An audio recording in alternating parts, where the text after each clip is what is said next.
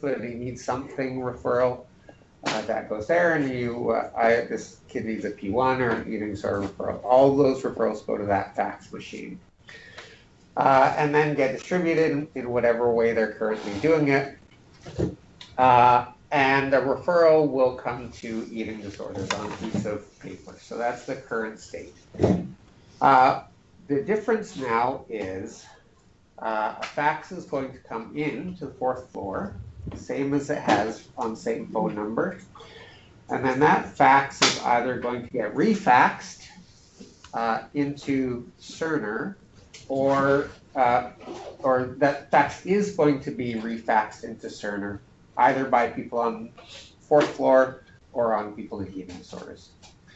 So there will be the exact same referral form that has been used before and will be used into the future, that will go into the same fax machine and come out the same fax machine as it did. Once it comes out of that fax machine, it's going to go back into the fax machine and get faxed into Cerner, or get walked downstairs and Alice is going to fax it into Cerner. So, when you say fax it into Cerner, yeah, what does that mean?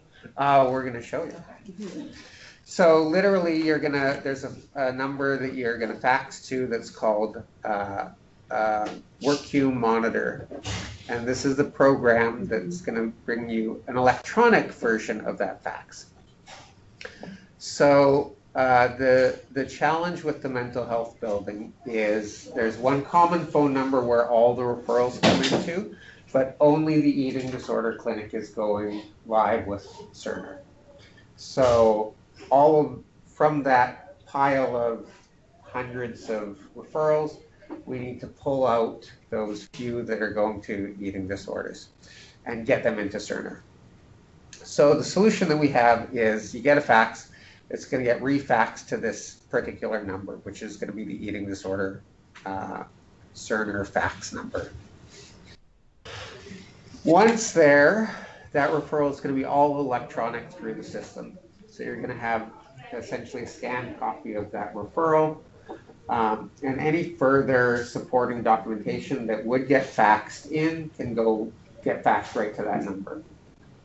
And the reason that we've done that is there's been a lot of effort to make people understand that if you want to access a Healthy Mind building, you go through this one phone number.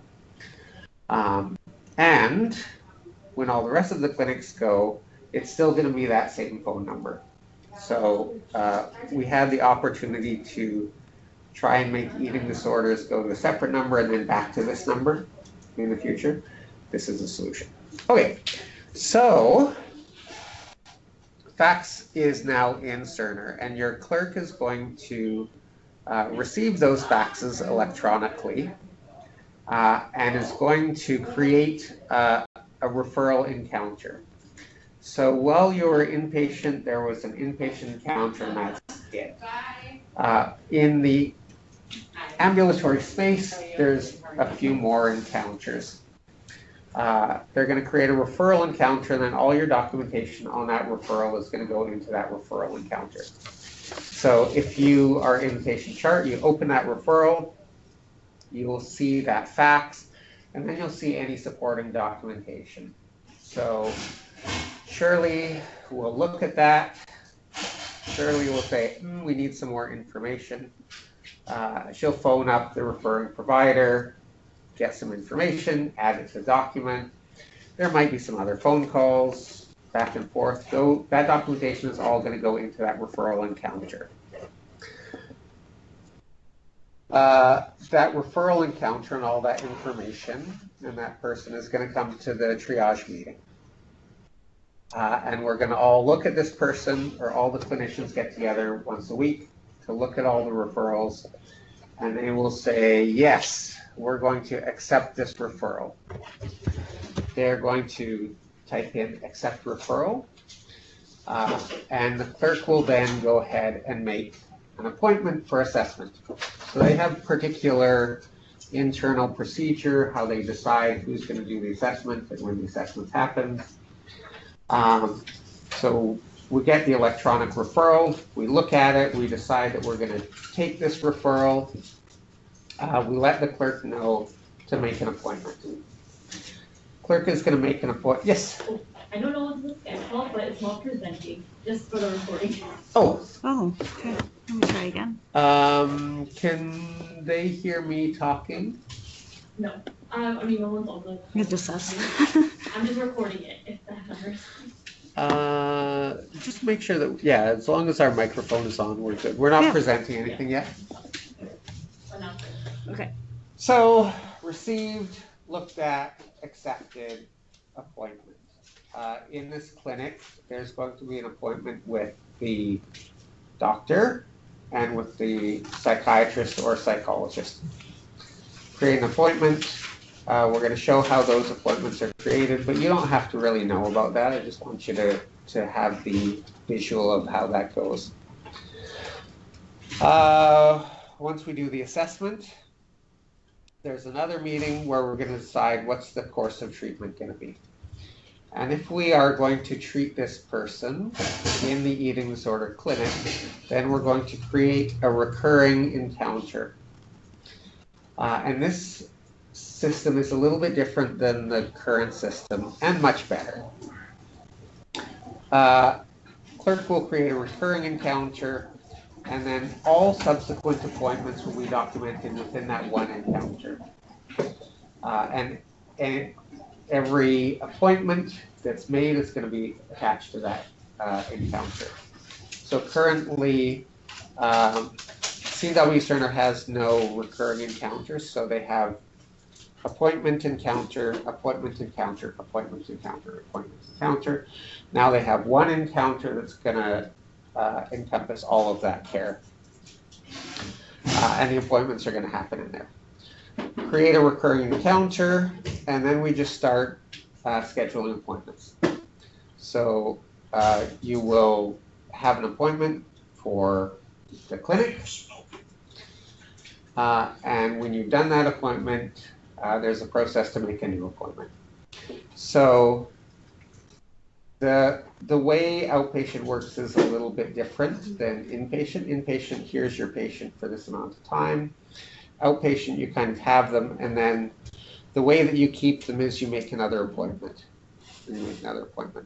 If you don't make an appointment, they kind of vanish a little bit. But we do have a way to flag them to indicate that they are one of your patients. And that is pretty much the whole workflow.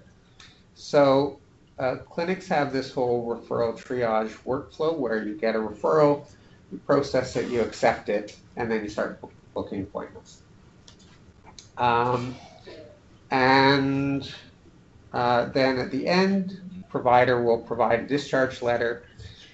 You'll close the recurring encounter and you'll remove the clinic flag. The majority of that workflow is really clerical. So all of the appointments is clerical. All of the encounter management, even though that's relatively simple, is all clerical. And then the discharge, the note, and so on is going to be all provider.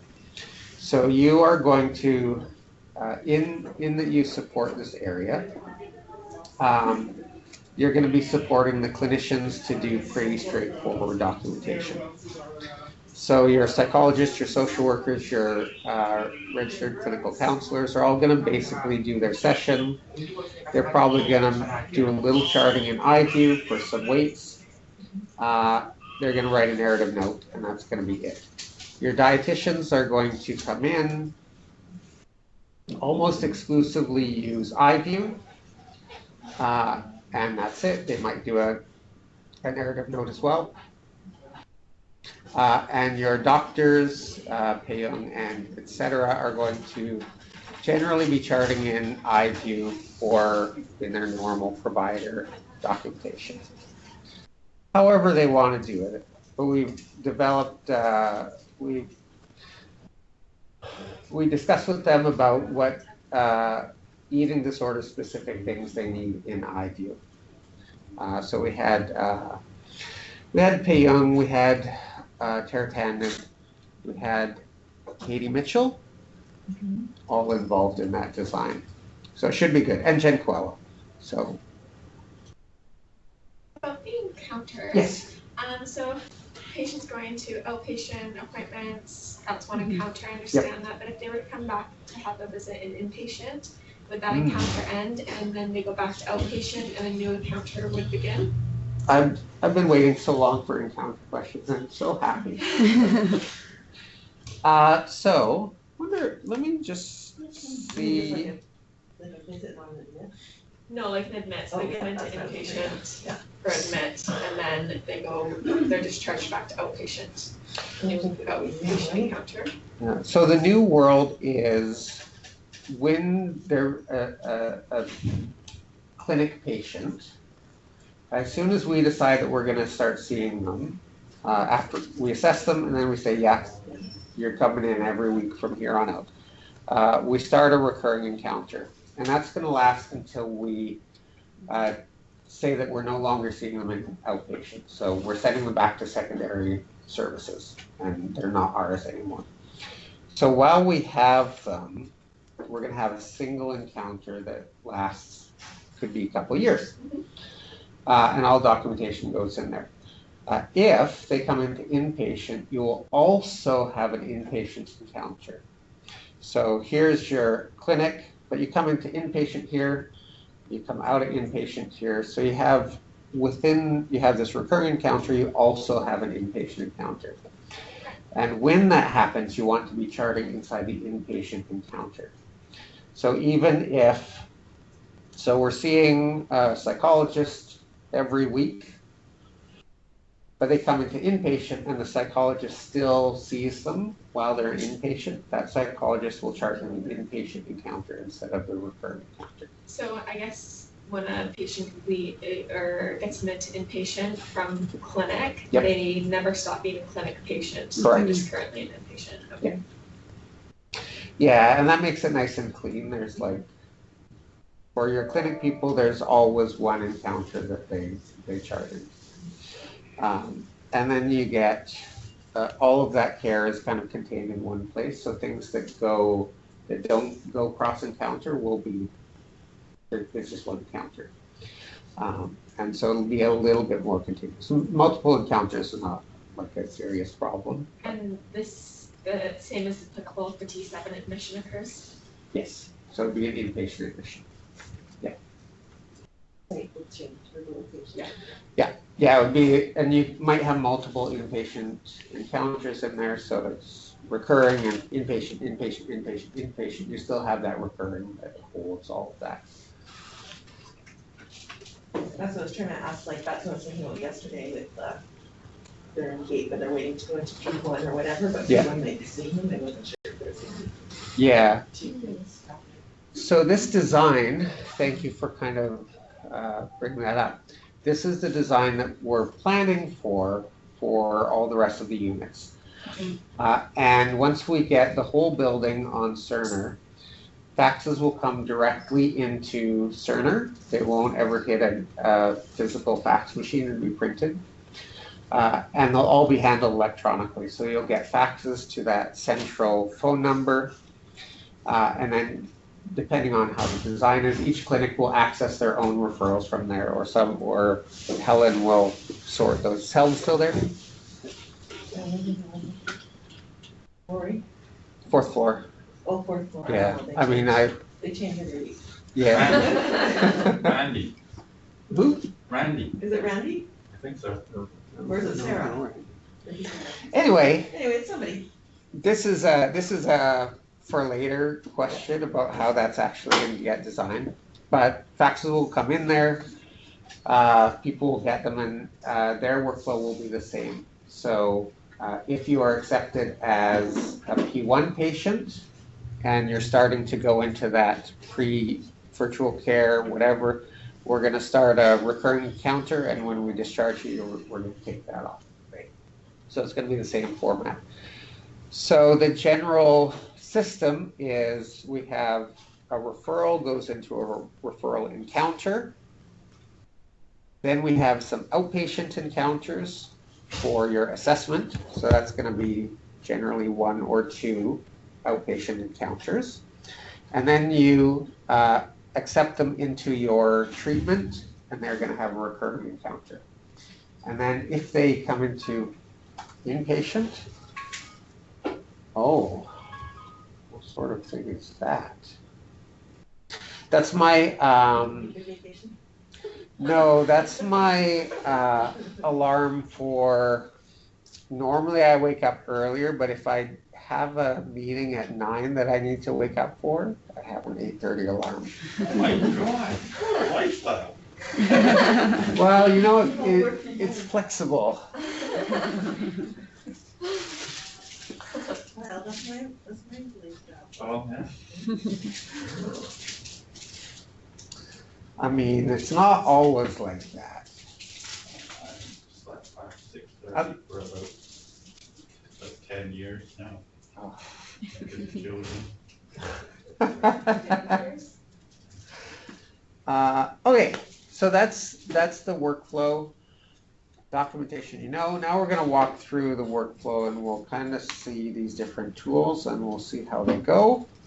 And hopefully it works out. We tried it yesterday, it didn't work. So we'll see today. So the first part we're going to show you is work queue monitor. And so if you can go in there, you don't have to go in this because you'll never use this, but I just want you to see it. So as you can see here, you're going to stand up.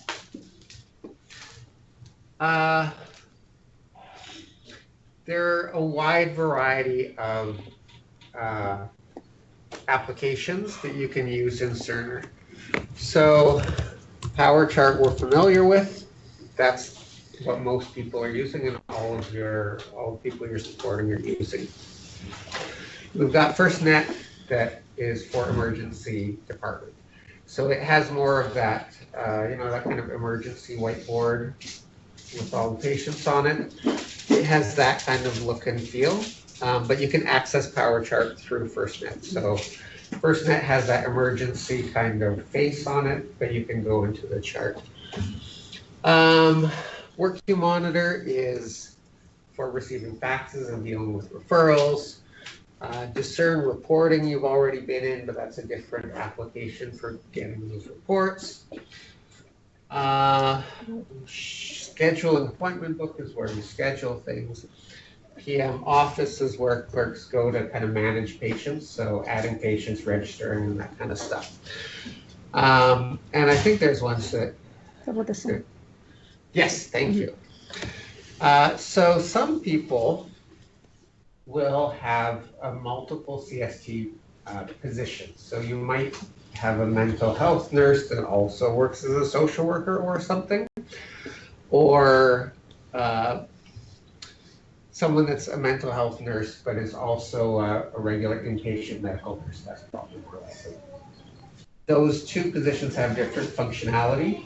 And so you might get 2 logins, and position picker is how you swap between those 2 things. That is probably, there's some people that will be working multiple locations, so they'll have to use that. You click on that, and basically it's like, I'm going to be this nurse today, and then everything else is the same, or you click the other ones.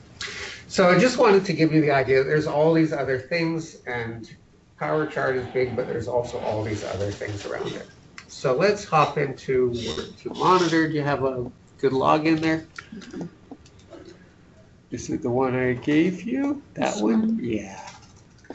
That should be an info 2021 password. Okay. But we'll see. So this login is a clerk. Oh.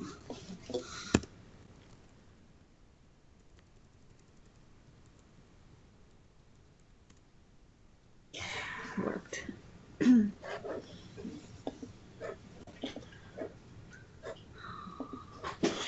Oh yeah, I think we'll see what we get. We were trying it yesterday. It was just error.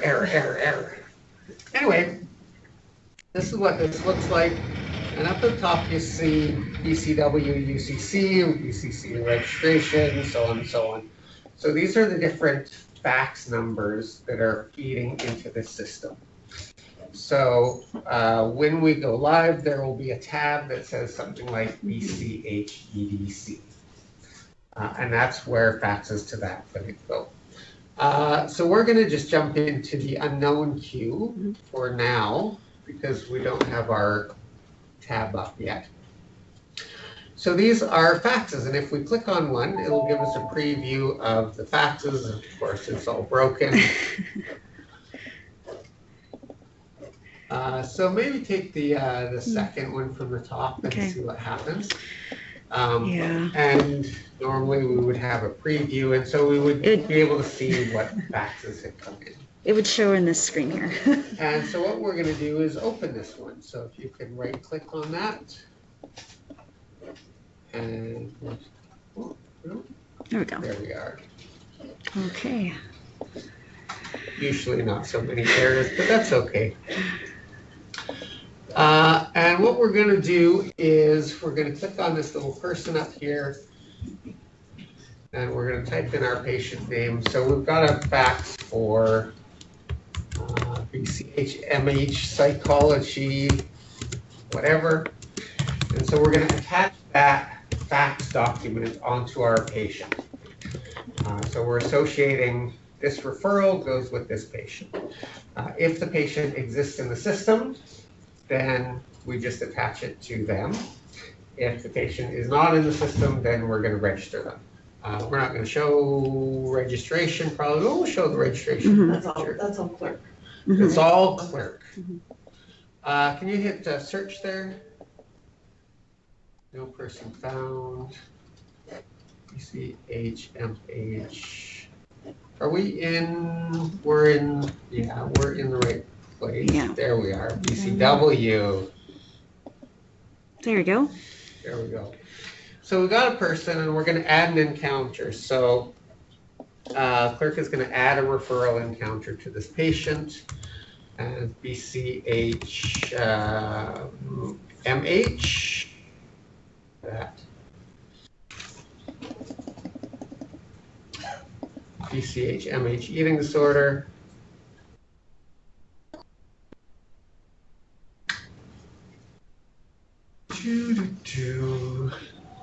Anyway, I'll talk through what's about to happen, and then it'll happen or it'll not. We'll come up with the registration window.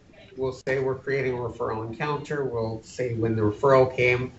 And we're going to set that encounter status to ready for triage. So we've got referral, we've attached it to a person, and we're going to tag it ready for triage. And then later, we're all going to search for referrals that are ready for triage. So your triaging team, in case of eating disorders, is basically going to be Shirley, but all of your clinicians can now find that referral. And maybe we'll just jump to there. This is going. It's going slow with swimmingly. the domain. Okay. Oh, all right. So what I want you to do is log in as a psychologist, and you can use the sheet from yesterday. Or if you want a different look, you can. There's a social worker login. There's a dietitian login on the bottom of your sheet. The sheet. Okay, what can if it's been misplaced, just look at someone beside you. Remember what your number was.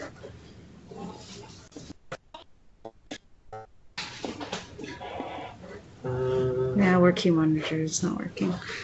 I'll just go on power chart and show the psychologist. Yeah, do you want to jump in as a psychologist, and then we can all go along. Yeah. Maybe. Who knows? Maybe. If we'll have to get there. So let me know when everyone's in. We're in. I don't see many ins. Are you in, Kelly? Oh.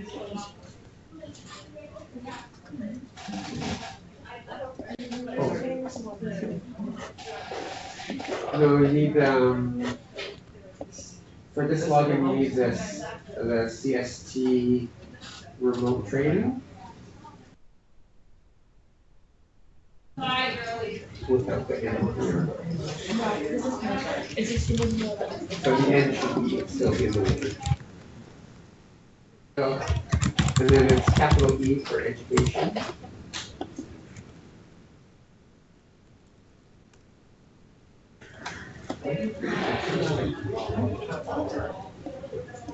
Then at 2022. I think so, because that's how, yeah. Aaron, are you able to No, I help think with the login here? It's not a tele issue, it's a computer issue being, no, really. It's like double typing, it's very strange. Okay, thank you. All right, so Rosalind, you're in? Yeah. Okay.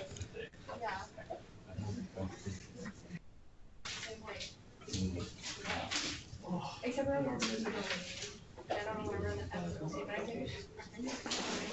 S and T are the same. Yeah, so either domain works. It's, when you're doing training, you can use either one. If you want people to interact, they have to be on the same one, it's like they're messaging each other. But you actually have twice as many test patients as you think you do, because you can use them in S and you can also use them in T. That's probably not gonna be a problem, but you have 2 buildings full of patients. Okay, so here we are back in the chart. I don't know if anyone's logged into something different. If you have, what do you see different? All right, so we're going to go up to the top to referral management. And so this is maybe gonna work. Oh, I really hope it works. Maybe S. Yeah. That's, yeah. Are you getting anything? Awesome. Very useful. You're talking to that one time, sir. I could change domains.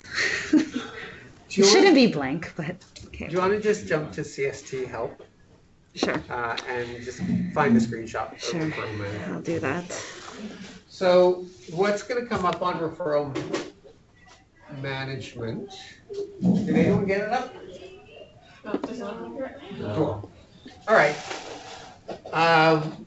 We'll just pull up a picture and talk through it. So basically what you're going to do, referral management is how you see your referrals. So you're going to pick your location, BCH, MH, ED. Sometimes the location names are a bit different in different places. So there's going to be 4 little, here we go. There we go. So we've got 4 little drop-down menus. First one is location. So we're gonna find our clinic location in here and select it. So that's gonna pick our referrals for that location. The next tab is referral status, and we're gonna pick ready for triage. So we're gonna find all the referrals that are for this location that are ready for triage. Third tab is medical service, and we're going to pick psychiatry and adolescent medicine. It was pediatrics, but we changed it. So BCH, MH, eating disorders, ready for triage, adolescent medicine, or psychiatry. And so this is going to filter all those referrals into just the referrals that are for this clinic in those medical services. And then it will come up with a list of those referrals. You can see ready for triage, referral encounter, and medical service. And then as your clinician, you're just going to go in and review the chart as you would in every other way. So now you've got a referral. You can see that fact. You can see whatever past information. And you can make your clinical decision. Any questions about that? I guess we're not going to be able to show it, but it's pretty straightforward. So as you can see, there's a list of referrals, and then this is where you would double click on each referral and review it, and then decide whether you're going to accept it or reject it.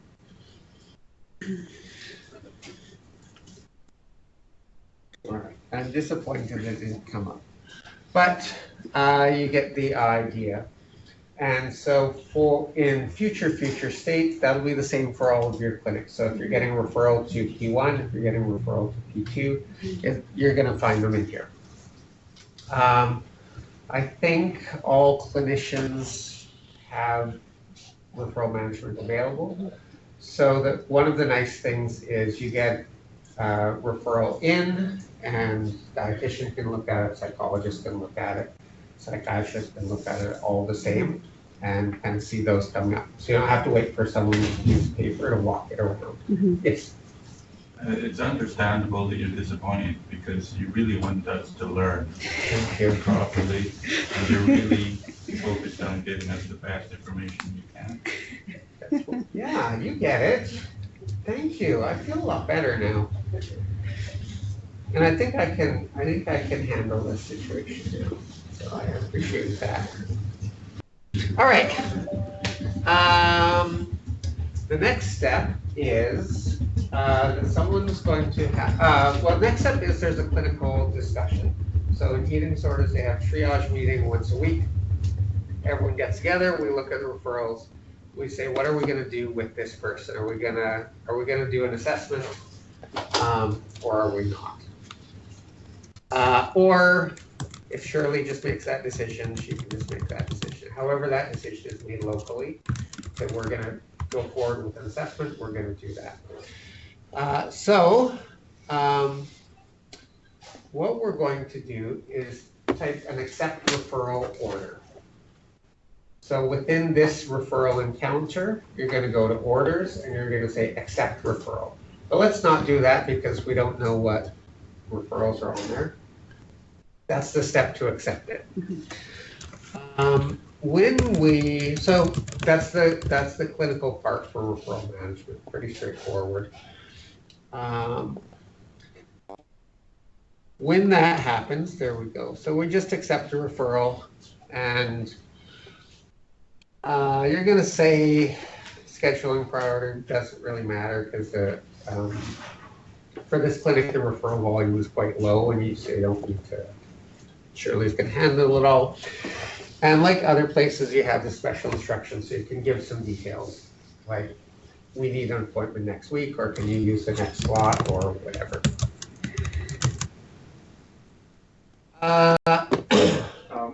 Yes.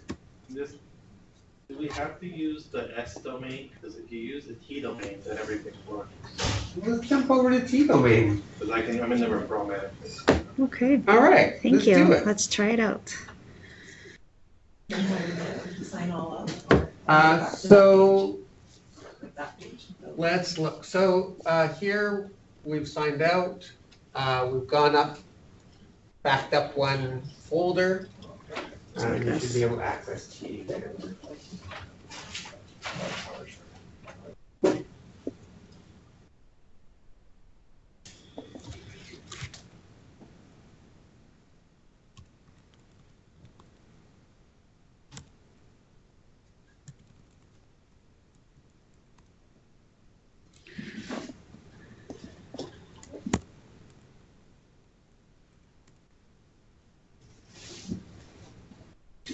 Interesting if one is working, one is not. Oh, look at that. There Well, you know what I'm feeling now is really happy.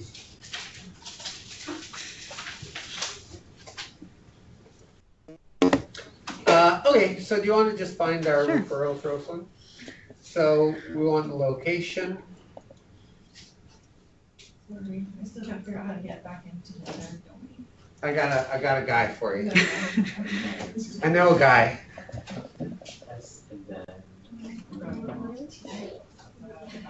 I think we're not in BC Children's Hospital. Oh, just scroll down to.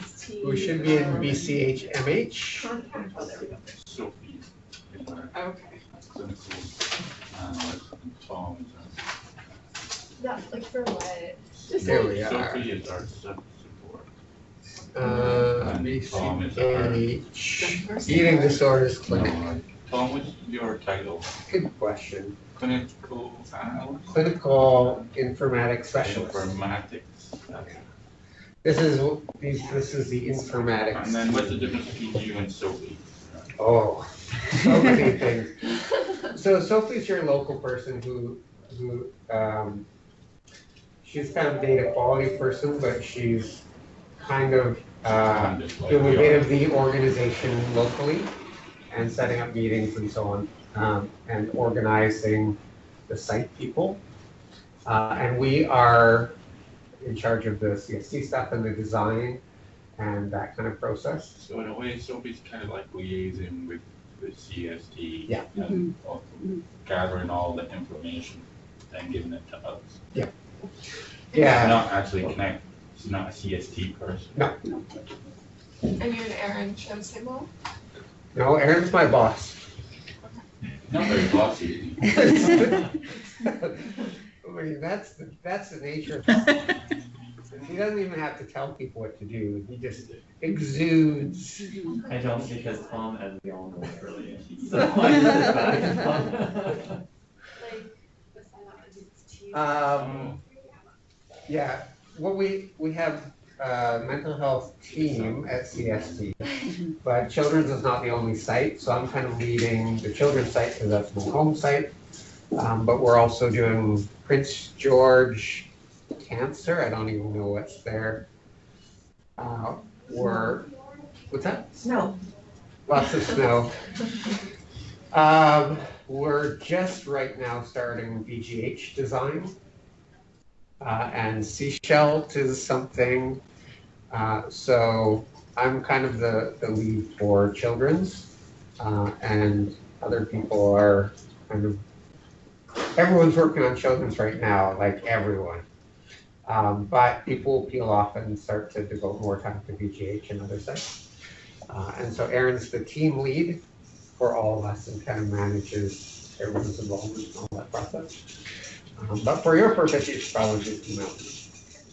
But I always CC Aaron, because he needs to know things.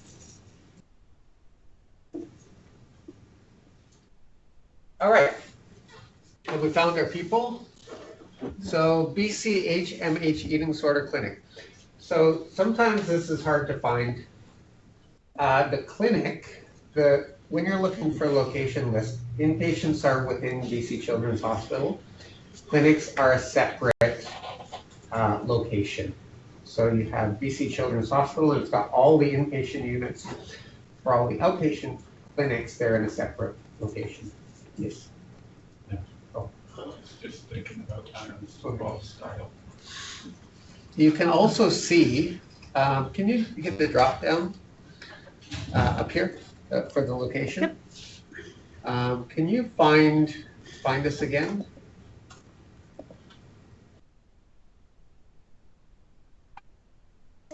Oh, can you,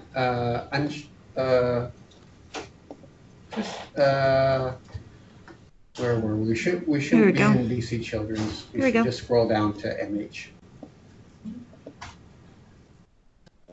There we are. So you can see here, because this is a training domain and build domain, you can see sites that don't exist, that are going to exist in the future. So we've got a CAPE pre and post, we've got an attention deficit clinic, we've got adolescent psychiatry, we've got child psychiatry. So we've got locations for those pre-post places built. And so you can kind of look forward to that design. Okay, so let's run this. Grave triage, adolescent medicine. There's no patient on there because we missed the clerical piece of adding that patient with an encounter. And you can see there's tumor group on the last one. You can ignore that. Does anyone else get anything when they run that? Cool. When did you get patient? BC sort of. Oh, I didn't put a mask in medicine. I didn't put a lot Oh. of to do. can you find adolescent medicine and also check psychiatry? Sure. And if you see pediatrics, check pediatrics as well.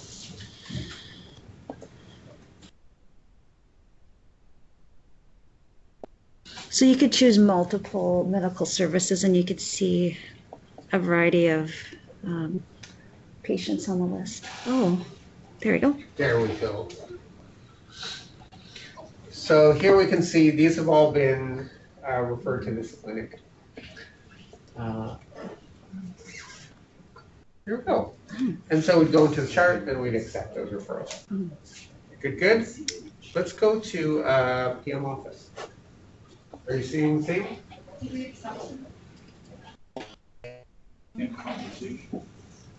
So PM office is Somewhere another in the application here. I hope that's okay.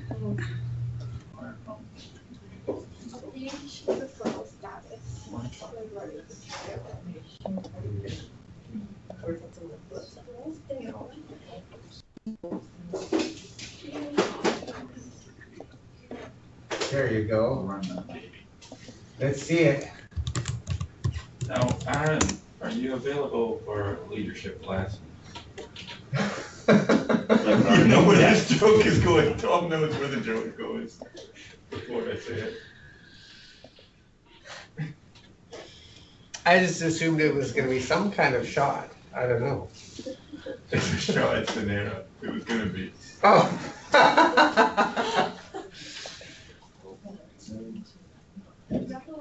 Snare is none. That's for you. That's for you. You're allowed to. Okay. Oh, sorry.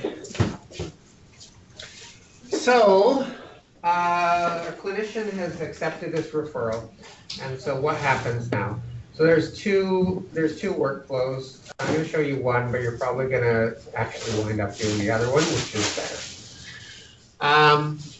The clerk, when you accept the referral status changes from ready for triage to accepted. So if we accepted one of these referrals, it would drop off that list and appear on a different list. So we can see those if we go to request list and go to referral encounter work list. Oh no, we need work list. Yeah. Yeah. Referral encounter work list. This again is the clerk. You don't need to do this, but I just want to show you to give you that kind of picture of how the flow is. And we got to find our place again. I find this to be the most annoying part, is scrolling through the list of locations to find your list and so on. But in the referral management, if you're still there, you can see there is a saved view. And so if you click the little save button, you can save this search. So like a patient list, you only have to do this once and click all the buttons once, and then you can just load that search. So it should be BCH, EDC. Yeah, look for EDC. Yeah. Oh, EDIS, I think it is. There There we we are, go. EDIS OPD. Then you gotta do the 1, 2, 3. Click again, copy it. Okay. All right. So the clerk can. I didn't want to interrupt you, but also I wanted to say my thing. No, sorry. So clerk can see all of the referrals and all of the status. So this is how the clerk can monitor those referral statuses. When they see accepted, then they know to go and book that assessment appointment. But what's actually going to happen is your clerk is probably going to be in a triage meeting, and Shirley's going to say, can you book an appointment? That's probably the workflow. That's fine. But at other sites, or depending, they can also see that the status has changed and then go forward with that. Oh, while we're here, this is PM office. This is how all the registration happens and all patient management happens. So we're going to go up to conversation, and we're going to add modify a person. So this is how, these are all the kind of clerical tasks to register people, to transfer, to so on and so on. And so that's stuff that they need to know, but you don't need to know. It's also, fortunately, stuff that they already know, because this is very similar to the old system.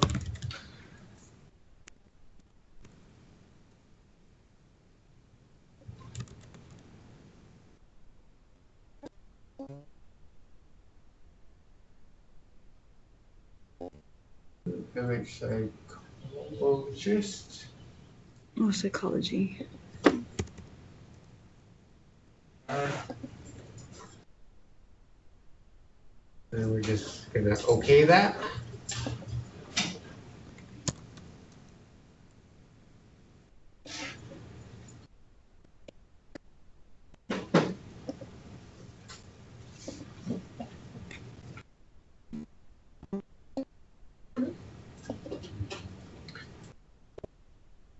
I don't know how much, I can't quite remember how much we've shown you the registration screen, but we will show you the registration screen. So when you first come into the system, clerk is going to register all of your information here, and we're going to look at a couple things. One here is the clinic flag. And so what we're going to do when we're starting to treat this patient is add a clinic flag. And again, the clerk is going to do this. But this will kind of identify, it'll stamp eating disorders onto this patient. And the function of that is not like super big. You can pull a report on patients with your clinic flag that have been admitted.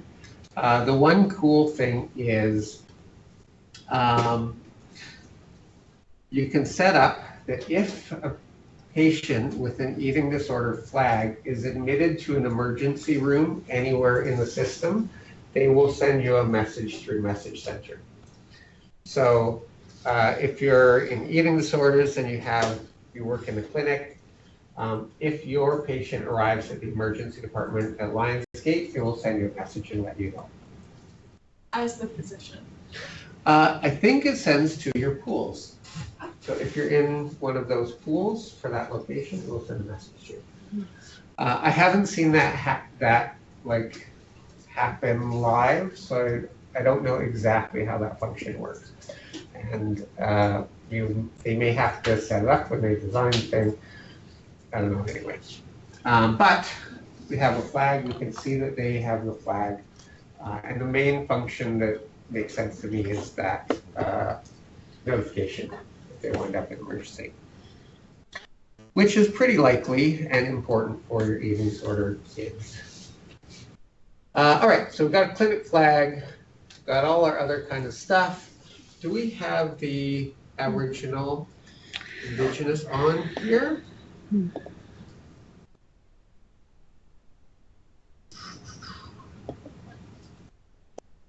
We don't. No. We don't.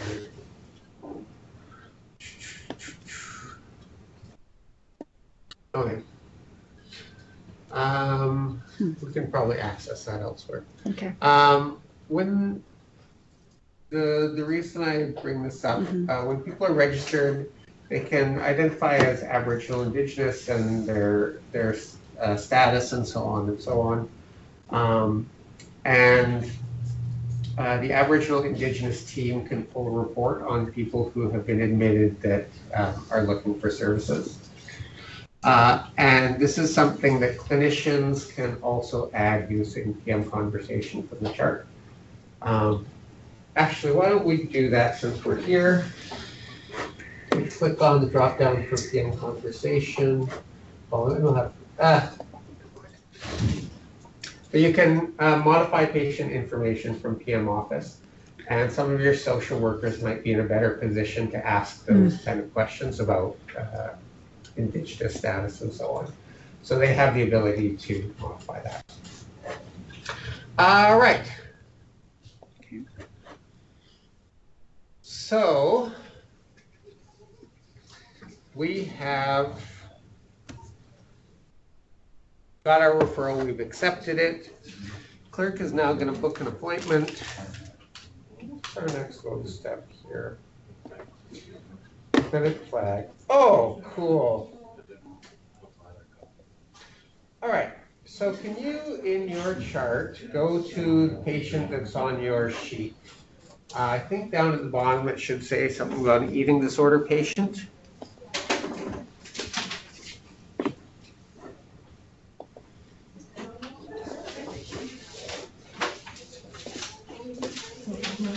The patient for Friday.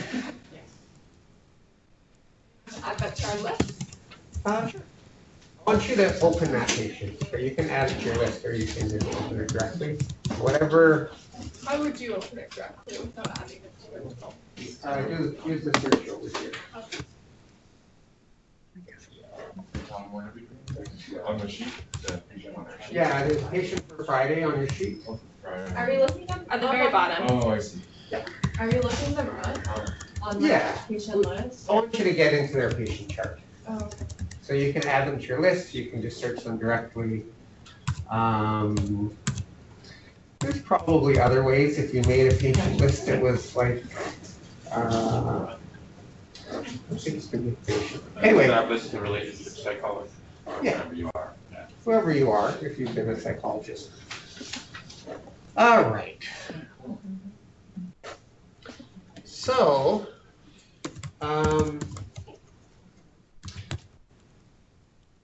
where are we at with this patient? Referred, accepted, assessed? So do you want us to go into the patient on the sheet? Yeah, the patient for Friday. Oh, so because we just opened the referral management list, so don't use the patient. Oh, We're done with them. So from that list, we've accepted, and we've reviewed and accepted any referrals. And now, the clerk has made an assessment appointment, has an outpatient appointment, and you have decided that you're going to treat this person, so we've added the flag, and now this person is one of our people. You probably are going to add them to your own custom list of people that you're seeing regularly. And someone's going to make an appointment for you. And so now your patient is in your office or the exam room. And they are about to leave because you finished your appointment. Now you need another appointment. So how do we get the next appointment into the system? And the way that we're going to do this is go into orders and type in follow up. Follow space up.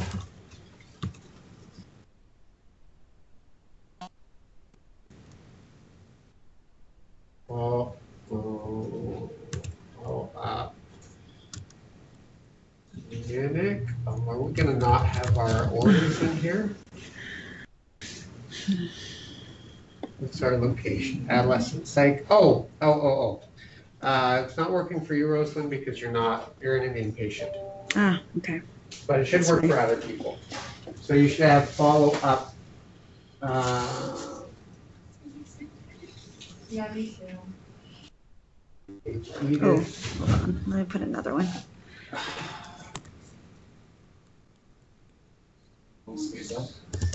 Yeah. It should be in, you see the follow up clinic. Why is it not? All right. Well, let's use the hemophilia one if you see that. That's not. Yeah, I changed the encounter. I changed the patient to reoccurring. Yes. Sophia should be in. I wonder if the location is gotten messed up. BCH. Oh, No, recurring encounter, Mhm. that's right.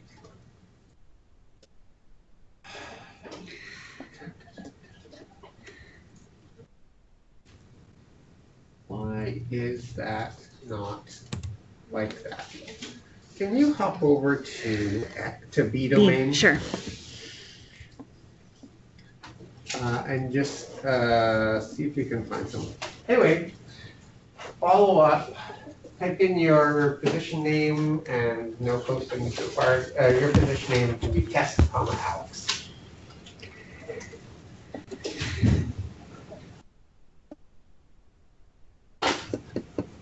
And I think it's happy with that. And you can do no code signature required. All right. And then you can exit out of your orders window, and then you can see the order down at the bottom. You're going to fill in some stuff. So your clinician is going to ask for a follow-up appointment using the follow-up order. And in the special instructions, if there's special instructions in there, they're going to put the date and time that they want this appointment. So here is Jen Coelho sitting in her office. She's seeing this patient. She says to the patient, how's Thursday at 11? And the patient says, yes. Jen is going to type in follow-up order, follow-up clinic, EDC. It's actually going to appear for her. And then in the special instructions, she's going to say Thursday at 11. Then she's going to hit OK. That follow-up order is going to go to the scheduling clerk. So that's going to go down the hallway, and Alice is going to see that on a list that we'll show you, and she'll be able to create that appointment. So when they first come into the clinic, Alice is going to create an appointment for them. And then every other appointment is going to kind of daisy chain off that first one. So when you finish this appointment, you make the next one. Finish that one, you make the next one. And that's all done through follow-up orders. That's not the only way to make appointments, but that's the easiest way. So the clinician says Thursday 11, Alice does it. You can also do it manually, but it takes a little bit longer. All right. I'm just checking the other domain. Yeah, let's have a look. Can you check, so orders and try a follow-up order.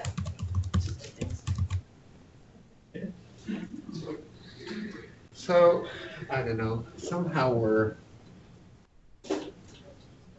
Yeah. In the SRT domain, it doesn't have our clinic. what are we in right now?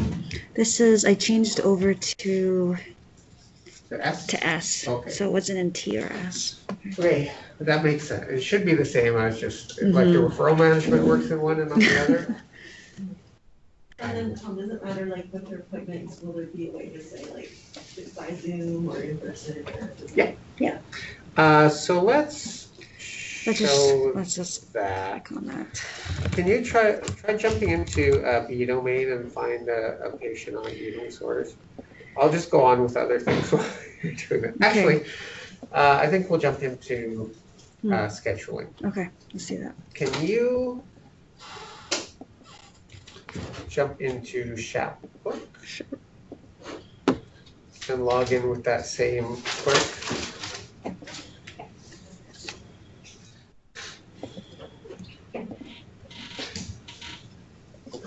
If they already have an appointment booked, would it still let you make an order to book another one? Yep.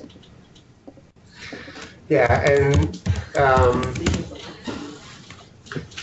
in the special instructions, just a free text, so you can also specify whatever you want. So if you want 3 appointments next week and 1 a month from now, as long as you can explain that to the clerk, they can go do it. Although from each follow-up order, it's you're gonna essentially make 1 appointment out. Actually, no, take that back. You can make as many appointments as you want from 1 follow-up appointment. And it won't, well, let's show you the schedule. how that works. But the short answer is yes. So now we're jumping into another clerical application called Schedule and Appointment Book, and this is where all scheduling happens. So they are going to go to the little eyeball, thank you, and we're going to look for our request list, location, change the list queue to AMB eating disorders, I think. Up a little bit, eating disorders future requests. Ambulatory, and the location is going to be BCH MH EDIS, BCH EDIS. BCH EDIS then. So, yeah, thank you. And then hit find. Hope we got something on there. Yeah. So if our orders had been working, we would now see the orders listed here. And then she could create those orders. Orders meaning appointments to book? Pardon? Orders meaning appointments to Yes. book? So these are, you've had orders and you've had tracking orders. These are scheduling orders. And they won't appear in your orders list, I don't think, unless you can filter those in. Good. So your scheduling clerk is going to see this. Let's just cancel out of this. Actually, do you want to? I could go into a different location. Yeah, if you have one in mind that might have a, Okay. just give it a quick try so we can just see.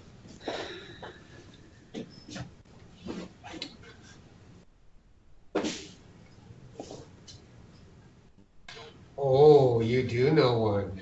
If it shows, I'm just showing an orthoptics ophthalmology one. Let's see if it. Let's see. Oh, there we All go. right, let's book one of those appointments. Yes, so we're under Allied Health right now as an orthoptics. So this is going to be the same regardless of where the appointments are from and who they're going to. But every time you do your follow-up order, it's going to create one of these. You're going to follow this and you're going to book that appointment, not you guys, clerks. So let's take one of those and right-click. And we're going to complete request. And we're just going to hit OK here. Okay. So they're going to have to fill in this extra little bit of information. Do we need an interpreter? If they do, they have to manually go and do that. System doesn't do that. And then your modality. So when you're doing your special instructions, you're also going to say this is going to be Zoom, this is going to be inpatient.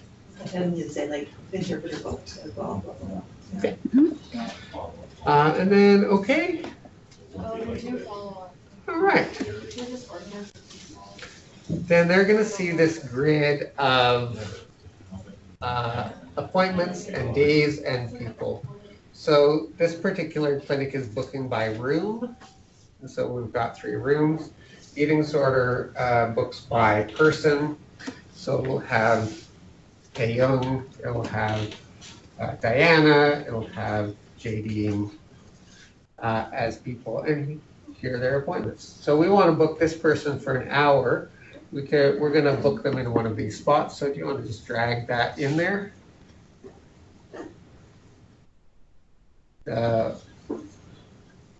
Or drag the orthoptics word in there. Oops. Or yeah, that one. No? Drag orthoptic. I'll try to drag the patient. Oh, Just that doesn't drag. dragging. That word. No, it doesn't drag. Okay, anyway, just wanted you to see when you do a follow-up order, it appears on the list, and the clerk will then schedule it, and now you have an appointment. And this again is very familiar to them, so they're gonna really know how to do this. You don't have to worry about it. Okay, let's exit out of here, and you guys can now look at your appointments. So we're going to click on Ambulatory Organizer. Rosalind, you're also in here? Fabulous. Do you see nothing? Or you see maybe a little bit, depending on who's done what. So, Ambulatory Organizer shows you your appointments or the appointments for the clinic or however you want to look for your appointments for the day, and you can do by calendar and so on. So right now you probably can't see anything because you haven't told it where to look. So we're going to see where it says patients for, and let's try type in EDC. We get. All right. Scroll down there. Is there? Can you type in EDIS instead of EDC? EDIS. No. Type in EAT. There we are. So scroll down, find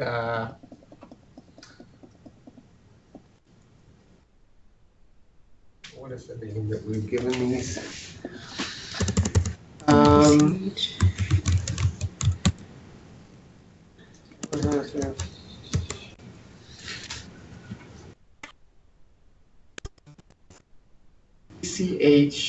EDIS. Oh, there we go. EDC, thank you. So if you type BCH EDC, it'll give you, can you unclick that for a sec? Sure. I just want to, can you type that in again? So there's different resource groups that have been created. And so you can see here, we can look at psychologist appointments, we can look at dietitian appointments, we can look at all appointments, and you can also look for just your own appointments. So in this case, we have appointments scheduled for each of the clinicians, but let's just click on psychologists and see what comes up. Or no, let's do RD. All right. Which is dietitians. All right. So generally you would be looking at your own appointments, but the clerk would be looking for appointments for the clinic, or if you're covering, or if you want to know eating disorders in particular, someone might be coming in for a psychology appointment, but the psychiatrist wants to drop in. So you want to be able to see. So here we can see all the dietitian appointments for today. You got your time, you got your person, you can click in your patient chart. You can see what kind of appointment. They should be all EDC follow-ups. And so on. Straightforward.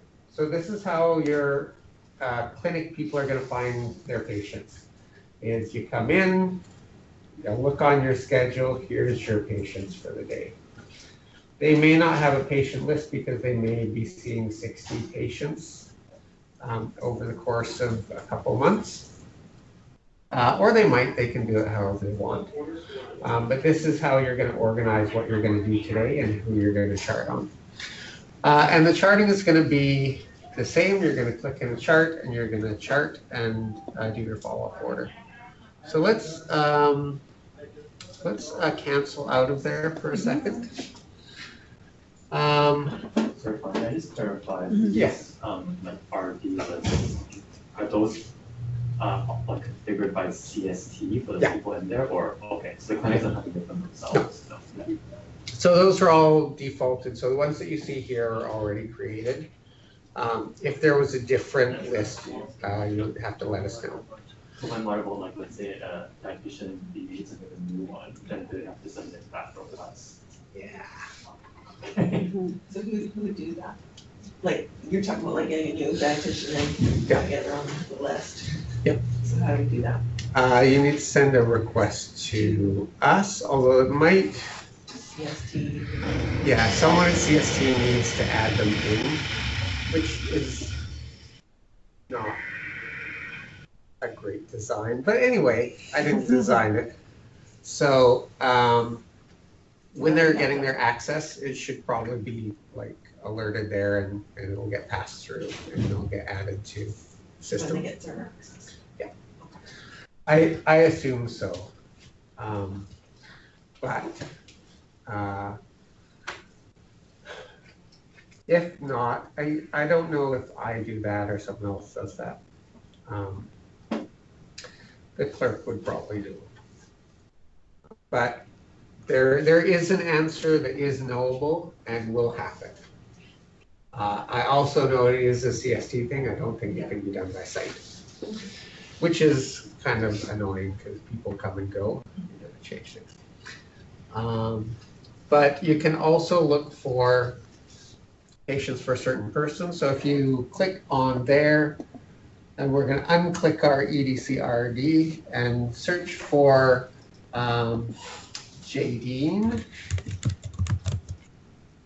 space, there she is, and just click on that. Whoops, yes. And then apply. So we can see Jadine has 2 appointments today. So why don't you go ahead and click on calendar, and you can see our calendar for this week. You can do day, you can do week, you can cycle through the year and see what's going on. So it's pretty straightforward-ish that way. P3's new OT will follow some patients into outpatient. Okay. So like the inpatient OT will continue outpatient. right. I don't think that's actually really a part of what she's supposed to be doing, but it's kind of been happening a little bit. So if she would have appointments booked in here, then I guess she'd also need her inpatient schedule in here if the outpatient clerk is going to be making appointments within that. So what she's gonna do is when she wants an appointment, she's gonna tell the clerk when that appointment is. So inpatient appointments, inpatient people don't get appointments. So again, it's not the greatest like system to be like really fully integrated and so on. But if you're half inpatient, half outpatient, and you have a schedule inpatient, then the idea is that you would let the clerk know what your availability is for outpatient. And so it works well if you're Monday, Tuesday, Wednesday afternoon clinic in eating disorder, and that's when they can book, and then they'll just book them. But if you're like a 10 hours a week, and it's like here, there, like Jen Coelho works inpatient, so she's going to have to keep her own calendar for inpatient in Outlook. Which, what can you do? Some things are just how they are, and doesn't matter if they're good or bad. That's just how they are, and that's one of them. Okay, I'm going to point out one other thing here, and that is here, the status. So these appointments are confirmed. That means you have made those appointments and have confirmed them with your patient.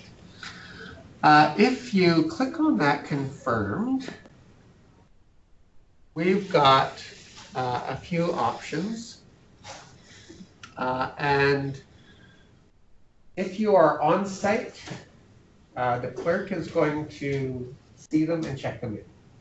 So every time someone comes as an outpatient, the clerk has to see them and verify any information change. Are you still at this address? That kind of thing. So every time they walk in the building, there's going to be a registration conversation with the clerk. And when they do that, they're going to check in. We're not going to check in here, because if we try and check them in, let's see what happens if we try and check them in. There we go. So it won't let us check them in because there was a decision not to let any of us deal with registration or scheduling. So essentially no clinicians have access to registration or scheduling because they'll screw it up and it'll be a nightmare. So only clerks can do that. So you're in your office, you're looking at your appointment, you see someone's been checked in, now you know you can have their appointments and you can call them down. If you're doing virtual, there's no clerk. So how are they going to get checked in? So the system is that the clinician is just going to click arrived. And that's going to be a message to the clerk that they need to go check these patients in. So for in-office, clerk's going to take care of that. You're just going to see them, done. If you're doing virtual, you're going to switch their status to arrived. And that means that you've had the session. And then you're going to document, same as anywhere else. You're going to do follow-up orders and everything else. And cool. Can you click on that little right arrow there? Just to, yeah. You just expanded it without the calendar. Cool. All right. That is really the end of the ambulatory workflow. So referral comes in via fax. Clinicians use referral management to see that. Then the clinicians decide to accept the referral. When you accept the referral, the clerk will make an assessment appointment. You'll do your assessment appointment. That will appear in Ambulatory Organizer, just the same as any other appointment. You'll document on that assessment just as you would, using a group note. When you want to see someone again, you do a follow-up order. And there may be some circumstances where you just need to talk to the clerk and say, can you book this and that? Follow-up order is preferred because when you saw us complete that order, there were just a couple of fields that they need to fill in. If we don't use a follow-up order, then they have to search for the patient and fill in kind of 4 or 5 other fields. So it takes about twice as long to manually enter an appointment than you do for follow-up order. But there's going to be situations, especially when you're booking those one assessment appointments, that it's just, Alice, can you book this person on Thursday? And that works great. So the last thing that we're going to do about eating disorders is look at some of the eating disorder specific iView bands. And are we all in psychologist? All right. So let's go into iView and see what the psychologists have. So they're going to have just a nutrition band, I think. And this is specifically only because of eating disorder psychologists that psychologists have access to. And so if you go in there, psychologists are going to potentially enter weight. They're going to potentially enter height, I guess, weight. That's their treatment. But if you go down to eating disorders, you can see there's a bunch of history kind of questions in there. So if you want to click through those and just see what we get. So I think we have binging with some conditional logic. So if you click on binging, it'll ask, if you say yes on binging, then it'll add extra questions. How often and what's the duration? Yeah. And Jen Coelho was the main person to ask for this and approve it. And it's based on DSM-5 diagnostic criteria for bulimia and eating disorders. So that's really cool. So the frequency there is linked to your DSM diagnostic and the duration. Yeah.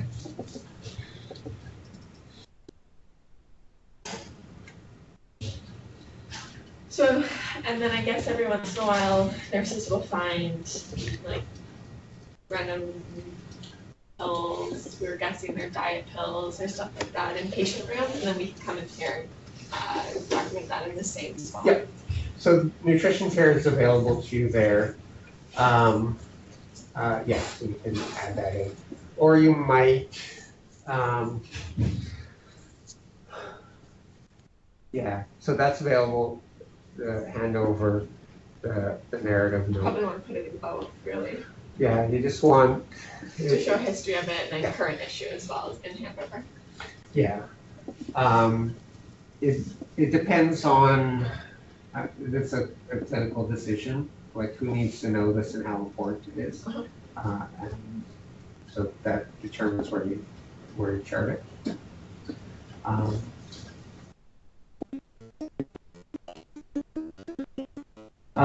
Nutrition care, dietitians are going to be mainly doing this, so it's really dietitian focused, and there's the eating disorder section there. And so other allied health will be using that section. Now the other section, can you, we looked at it a little bit yesterday. There's an eating disorder specific band in the mental health evaluation tool, but you probably do not have access to that here. But go ahead and have a kind of a look through this section. And Rosa, can you jump into mental health nurse? Sure.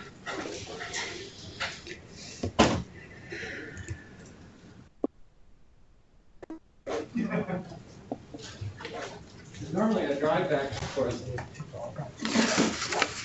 Do we have a username for that? Good question. Oh.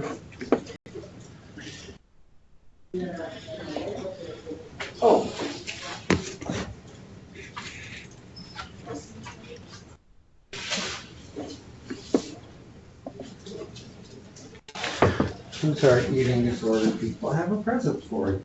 Yeah. There's one present for you. So, for the clinic, because there's kind of clinic-specific workflows that can be a little bit different, we will often, or at least in this case, produce a clinic manual. And so this will lead you through everything that happens in the clinic and the procedure for that that's specific to that clinic. So it has all of the locations. Sometimes the location names are different, so it has all of those listed in their appropriate places. And it's an integrated workflow. So it has the clerk does this piece and the psychiatrist does this piece and so on in that kind of way. I should upload that to wherever it needs to get uploaded to. But I'll send you a copy. Can I have my notes back? Extra? But I can give you one.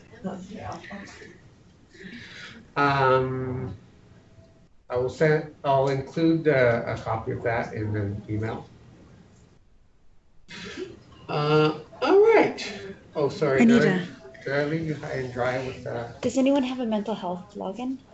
Mental health nursing they used on last week. It is all capitals. Okay. Train info. Okay. .mhnurse1. Is all lowercase info.20. Thank you. Oh, sorry, but .2021. Yes.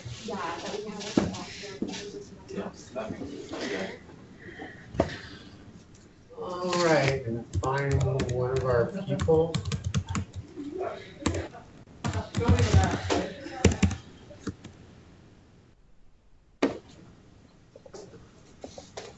So we'll just pull up iView and find MH evaluation tools. down, yeah. And we should have eating disorder assessment in there. So we looked at this yesterday. I think the right people were looking at it. They're going to cover eating disorders. So for the inpatient, this is focused around like today's meal completion and today's behavior and so on. So when we were looking at that yesterday, I thought that was a really good spot to document after each meal, because you can get the details, but just when I'm in the other view here, there's a spot that shows a way more concise overview for the day. Oh, So like, you can do ADLs. the percent of each meal eaten, versus here you're gonna have to look at 6 different columns to see all the different meals and snacks. So this one's designed for eating disorders, and so this one is designed for nursing, and so the structure is a little bit different. Yeah. So nursing medical unit is going to be more percentage, and this one is designed to kind of chop that up in different ways. Okay. So would recommend this one over that one.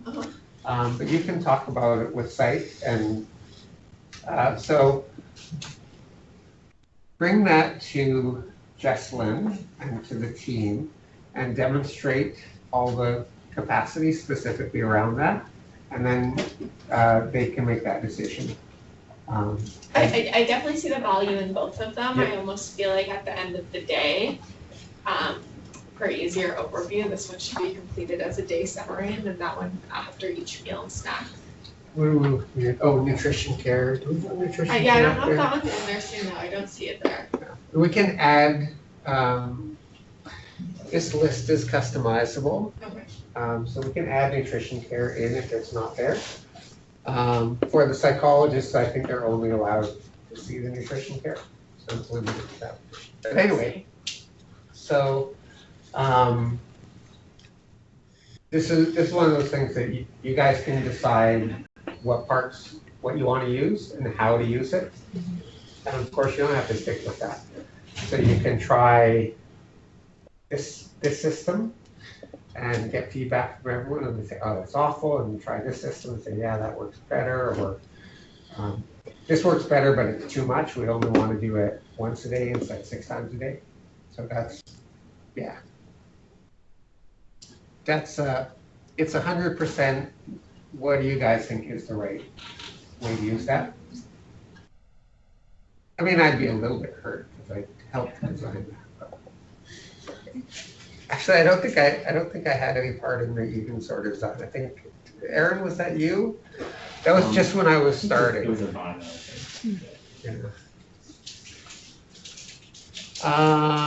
Yeah, so that's eating disorders. Any questions about eating disorders further to that?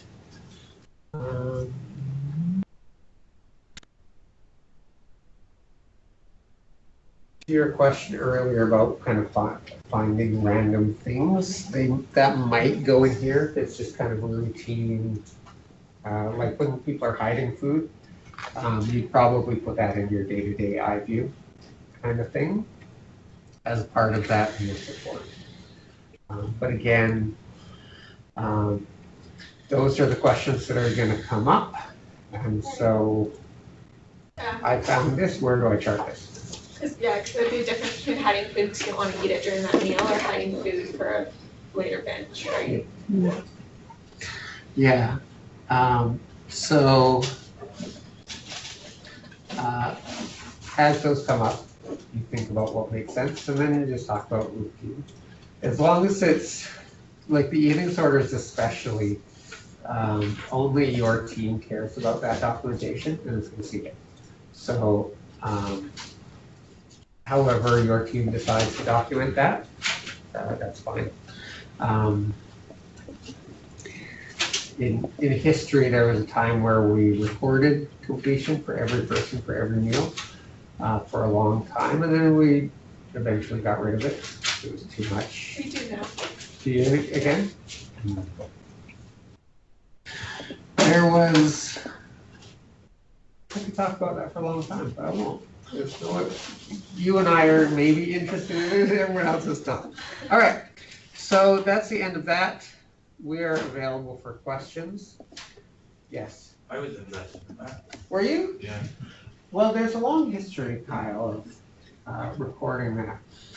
And it goes back to a time when we had 14 people on the unit.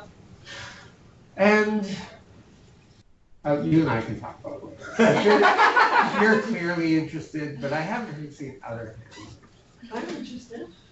Yeah, like You were there. I know. So that's our agenda for today, as I mentioned yesterday. And whatever you guys want to do with the rest of your whatever time you want to use today, you can get together. This room is available, and we'll hang out and answer questions and work things through with you, whatever you want. Or if you want to retire to someone else, whatever you want. I checked with Ray Cohen, and CC'd you too, and he seemed to suggest that this room, or at least the rooms that we've been using for boot camp, are also available to you. So you can at least in your mind, you can kind of picture this room as being yours. Like for our education. Yeah, so you can get your nurses to come in and use these very computers. And are we booking the rooms or are we going to them? I don't know the answer to that. Okay. And he didn't seem to really give much more information. But there's a process that is happening. I asked him and he said no, There's no for what? we're not booking. We're not, we just request what time, and then he would, okay. Right. We're having to. Yeah. But you at least have a name. Like if you have a name, you can bug. Yeah. Okay. I don't know if he wanted that to happen. No, he didn't, did he? I don't know if he was thrilled about me CCing you guys on that, but. Well, someone's gonna book our rooms, so. Well, now we know, it said that we get them scheduled, like the days get scheduled. It didn't say like whom or how. Okay, Yeah. Maybe we're involved in that, maybe we're just told. Yeah. so we'll have And- space. Yeah, that's gonna be a Sounds like they're site. gonna schedule us. organization. I went to the front to ask about our schedules after this week. And I think because they're like. For those on the online, we're ending the session as the content is over. Better idea.